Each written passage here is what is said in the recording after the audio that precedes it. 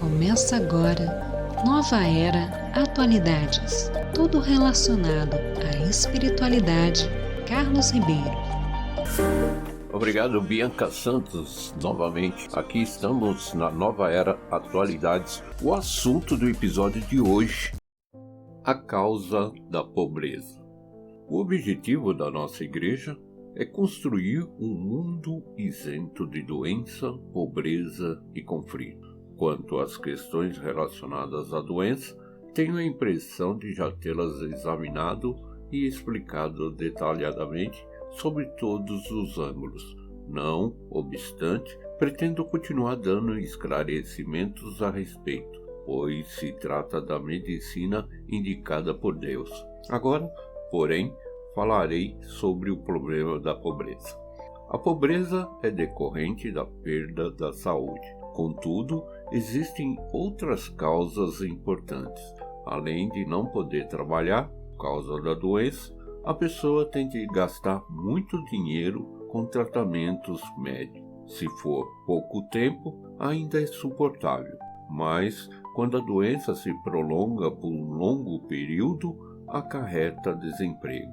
Assim, o sofrimento causado pela doença é acrescido das dificuldades financeiras, de modo que a pessoa, com seu sofrimento duplicado, fica envolvida pelas escuras nuvens da intranquilidade em relação ao futuro, não conseguindo ir nem para frente nem para trás.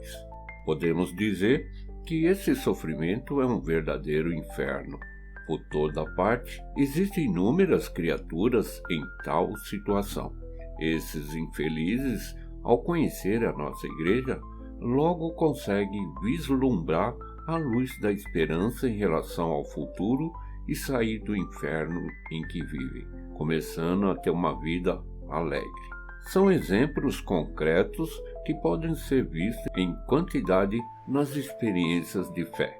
A maior parte dos casos de pobreza pode ser solucionados dessa forma, mas, aprofundando um pouco mais, abordarei outro aspecto importante.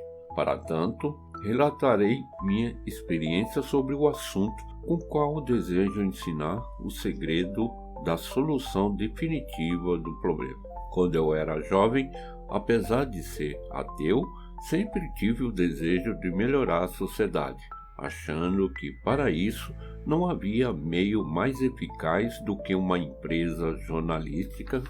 Fiz várias pesquisas e fiquei sabendo que, naquela época, precisaria de mais ou menos 1 milhão de ienes.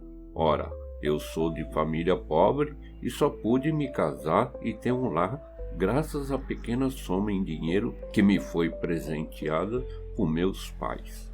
Abri, então, uma lojinha de miudezas a varejo, a qual tinha uma largura de 2,70 metros. Como os resultados foram bons, em pouco mais de um ano, comecei no comércio por atacado e, aproximadamente 10 anos depois, era considerado um bem-sucedido na vida. Meus bens somavam o equivalente a 150 mil ienes daquela época, 1919, precipitando-me em conseguir logo a quantia necessária para a abertura da empresa jornalística. Estendi demais a mão, de modo que acabei falindo, com dívidas até o pescoço. Consequentemente, tive de desistir da ideia de abrir a empresa.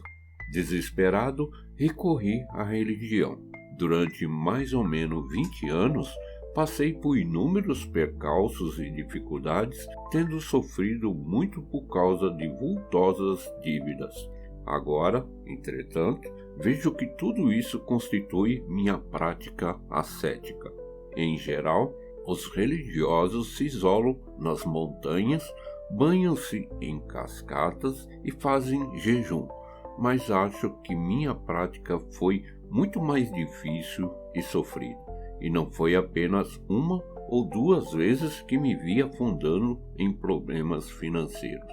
Vou revelar a filosofia da pobreza, que adquiri nessa época, através do estado de iluminação. Além da doença, a causa da pobreza são as dívidas. Cheguei à conclusão de que, se não as contrairmos, jamais ficaremos pobres. Ora, quando se toma dinheiro emprestado, inevitavelmente chega o dia em que se tem de pagar a dívida. Entretanto, ainda que se disponha do dinheiro suficiente, geralmente a data determinada para o pagamento é adiada. Aí está o desencontro.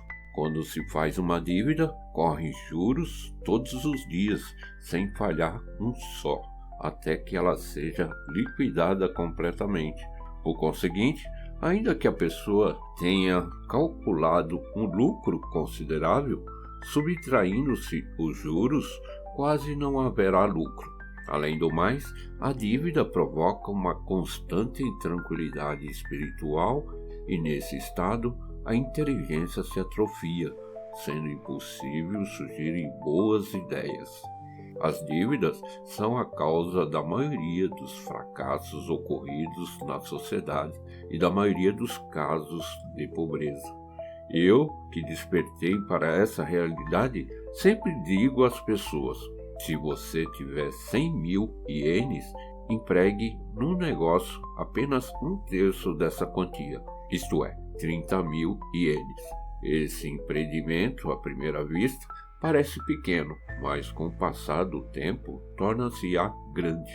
Caso haja um fracasso, a pessoa poderá começar tudo novamente, com outros 30.000 ienes e um novo método, pois já tem experiência do fracasso. É assim que a maioria começa a percorrer o caminho do sucesso.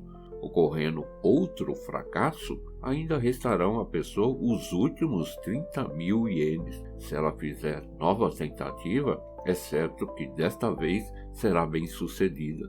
A maior parte das pessoas, no entanto, se tiverem 100.000 ienes, começam empregando essa quantia toda. Às vezes, até fazem empréstimo de mais 50.000. Assim, começam com 150.000, o que é realmente uma aventura. Se o empreendimento falhar, é natural que elas recebam um golpe fatal, do qual nunca mais conseguirão se recuperar. Todavia, se as pessoas agirem como eu faço, haverá um superávit monetário. Por isso, quando aparecem negócios pouco dispendiosos ou de lucro certo, deve-se entrar logo em ação. Ao contrário, quando a pessoa está com todos os seus recursos empatados, muitas vezes pode surgir um imprevisto na hora do pagamento, obrigando-o a deixar passar o prazo determinado. Com isso, a confiança que depositaram nela diminui. Se há uma reserva de dinheiro, ela sempre pode cumprir com a palavra no prazo do pagamento e assim ganhar maior crédito. É dessa forma que se obtém grandes lucros. Darei maiores exemplos sobre o assunto. O principal motivo da derrota do Japão na última guerra foi a política de empréstimos. Parece que quase ninguém percebe esse fato, mas é preciso que se atente bastante para ele.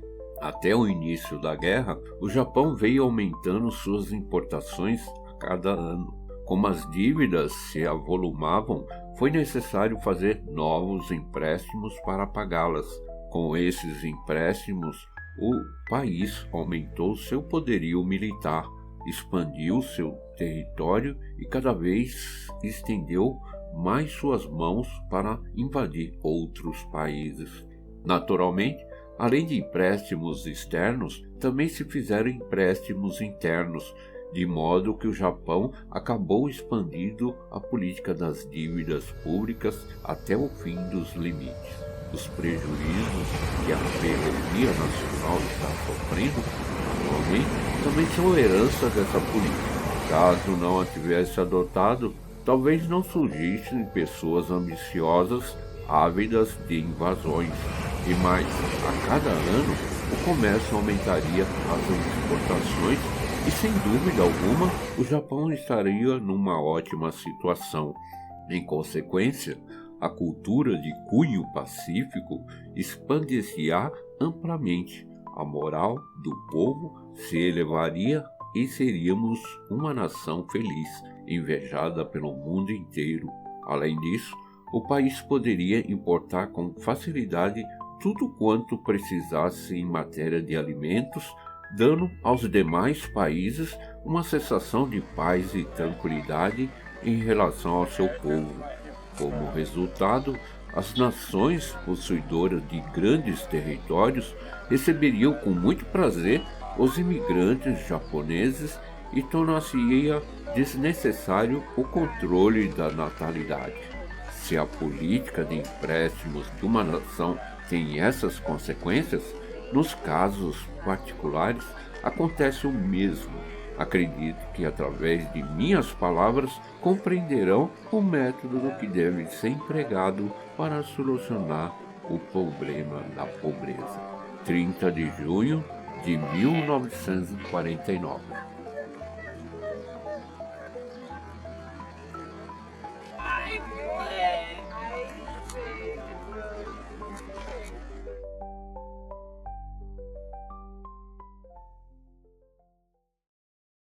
Se inscreva em nosso canal e deixe seu like.